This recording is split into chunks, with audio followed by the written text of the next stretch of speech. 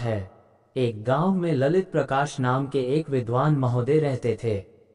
धन धान्य से संपन्न तो थे ही, लेकिन ज्ञान उनके पास इतना था कि दूर दूर से लोग अपनी समस्याओं का समाधान करने उनके पास आते थे। अपने अनुभव और ज्ञान से प्रज्ञा प्रकाश लोगों की समस्याओं का समाधान करते थे, इसलिए सभी उनको गुरुजी कहकर संबोधित करते थे।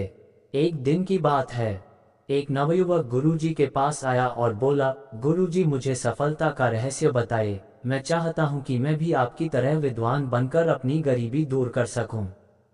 गुरुजी मुस्कुराए और उन्होंने उसे दूसरे दिन प्रातःकाल नदी किनारे मिलने के लिए बुलाया। युवक को भी नहाना था, इसलिए वह भी अपने वस्त्र लेकर दूसरे दिन प्रातःकाल नदी किनारे पहुंच गया। गुरुजी उस युवक को नदी के गहरे पानी में ले गए और जहां पानी गले के ऊपर निकल गया तो उन्होंने उसे डुबो दिया।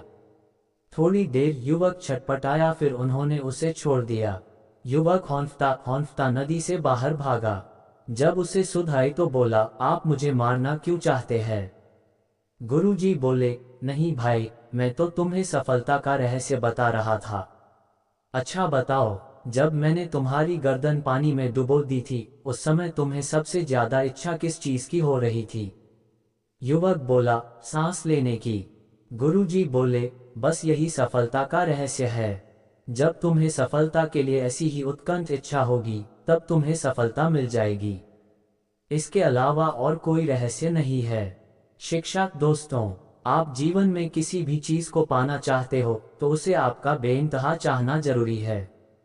मतलब हर समय आपको उसे पाने के बारे में सोचना चाहिए। अगर ऐसा नहीं है तो शायद आप उसे देर से पाओ या शायद ना भी पाओ। हमेशा रचनात्मक और विधेयात्मक सोचे, नकारात्मक ना सोचे। सकारात्मक सोच की कहानी, ध्यान का रहस्य। जब सोचने की बात आती है तो ज्यादातर लोग ये नहीं समझ पाते हैं कि क्या सोचना चाहिए। किसी भी सोच के दो पहलू होते हैं, एक विधेयात्मक, दूसरा नकारात्मक। दोनों का मतलब लगभग एक सा होता है, लेकिन इनका दिमाग पर असर ठीक उल्टा होता है। कैसे? तो आइए देखते हैं ये कहानी। एक बार की बात है, एक युवक ने ध्यान की बड़ी महिमा सुनी। उसने सुना कि ध्यान करने से मस्तिष्क की क्षमता बहुत ज्यादा बढ़ जाती है। अतः उसने ध्यान की विधि सीखने की ठानी ली। ध्यान की विधि सीखने की इच्छा से वह एक योगी जी के पास पहुंच गया। युवक योगी जी से बोला, गुरुजी मुझे ध्यान की विधि सिखा दो। योगी जी बोले, अच्छा सिखा देंगे, पहले ये बताओ कि तुम्हें कौन सी चीज सबसे ज्यादा अच्छी लगती है।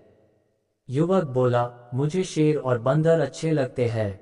योगी जी बोले, कोई एक चुन लो।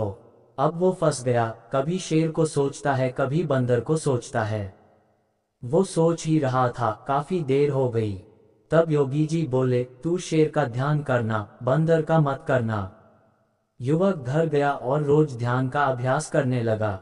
लेकिन एक समस्या हो गई, वह जितना बंदर का ध्यान नहीं करने की कोशिश करता, उतना ही बंदर उसके ध्यान में आता था।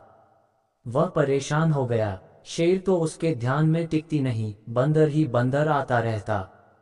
4-5 दिन बाद वह फिर से योगी जी के पास गया और बोला, गुरुजी एक दुविधा है, जितना मैं बंदर का ध्यान नहीं करने की कोशिश करता हूँ, उतना ही बंदर मेरे ध्यान में आता है, शेर तो टिकती ही नहीं। योगी जी मुस्कुराए और बोले, तूने मेरी बात के विधेयात्मक पक्ष को पकड़ने के बजाय नकारात्मक पक्ष को पकड़ लिया। अगर तू शेर का ध्यान करना है, इस बात को पकड़ लेता तो शेर का ध्यान ही करता, लेकिन तूने बंदर का ध्यान नहीं करना, इस बात को पकड़ लिया, इसलिए केवल बंदर का ध्यान ही आया। शिक्षक दोस्तों, इस छोटी सी कहानी से यह शिक्षा मिलती है कि मनुष्य को हमेशा विधेयात्मक सोचना चाहिए।